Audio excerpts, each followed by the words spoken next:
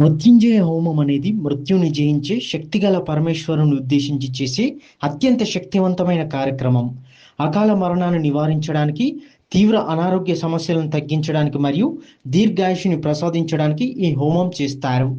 దీర్ఘకాలిక రోగాలు నయం కావడానికి, శారీరక మానసిక రుగ్మతలు తొలగిపోవడానికి ఇది దోహదపడుతుంది.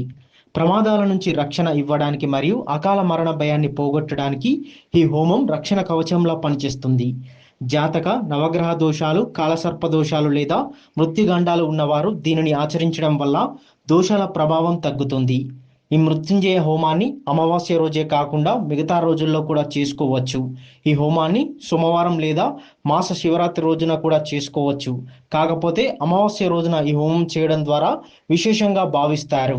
మృత్యుంజయ హోమం అనగా మనకు అపమృత్యు దోషాలు తొలగిపోవడానికి మృత్యుంజయ హోమం చేస్తారు. అదే కాకుండా దీర్ఘకాలిక అనారోగ్య సమస్యలు ఉన్నవారు ఈ యొక్క మృత్యుంజయ హోమం చేస్తారు. చాలా కాలం నుంచి మనము కొంతమంది అలాగే హాస్పిటలైజ్డ్ ఉంటారు. ఆ ఆసుపత్రిలో ఉండి వారి యొక్క సమస్య తీరకుండా అంతు చిక్కకుండా ఉంటుంది. దానికి ఆ అంతు చిక్కి ఆ రోగ నివృత్తి కావాలంటే ఈ మృత్యుంజయ స్వామి, మృత్యుంజయుడు అంటే ఈశ్వరుని ఆరాధన, ఈశ్వరుని యొక్క హోమము. ఆ యొక్క హోమాన్ని నిర్వహించడం వల్ల సకల అపమృత్యు దోషాలు తొలగిపోతాయి. ఈ యొక్క మృత్యుంజయ హోమము మన మహాలక్ష్మి యాజ్ఞిక పీఠం నందు భక్తులందరికీ చాలా సౌకర్యంగా ఉండే విధంగా అమావాస్య రోజు అపమృత్యు దోష పరిహారార్థం అమావాస్య రోజు ఈశ్వరుని యొక్క లింగం ఏర్పాటు చేసి ఆ యొక్క ఈశ్వరునికి పంచామృతాలతోని మరియు పళ్ళ రసాలతోని రుద్రాభిషేకం నిర్వహించి అటు పిమ్మట భక్తులందరినీ కూర్చుండబెట్టి వారి చేత బిల్వదళాలు, తిప్పతీగ, నువ్వులు,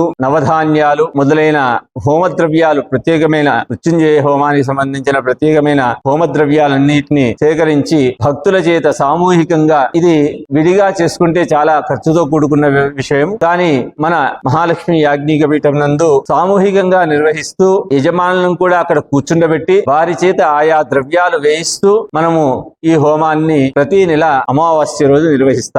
మృత్యుంజయ హోమం అమావాస్య రోజే చేయాలని ఏం లేదు. అది ఒక ప్రత్యేకమైన రోజు. ఏదైనా సోమవారం రోజు చేయవచ్చు, మాస శివరాత్రి రోజు చేయవచ్చు. మనకు ఏదైనా సంకటం వచ్చింది, ఎవరైనా ఇబ్బందులు పడ్డారు, వారు ఆ ఇబ్బంది నుంచి బయటపడాలి అంటే గనక కూష్మాండ దానం, తిలదానం చేసి వెంటనే మృత్యుంజయ హోమం చేస్తే గనక వారు ఆ సంకటం నుంచి దూరమై వారు స్వస్థులైతారు, ఆరోగ్యపరంగా సుఖంగా ఉంటారు.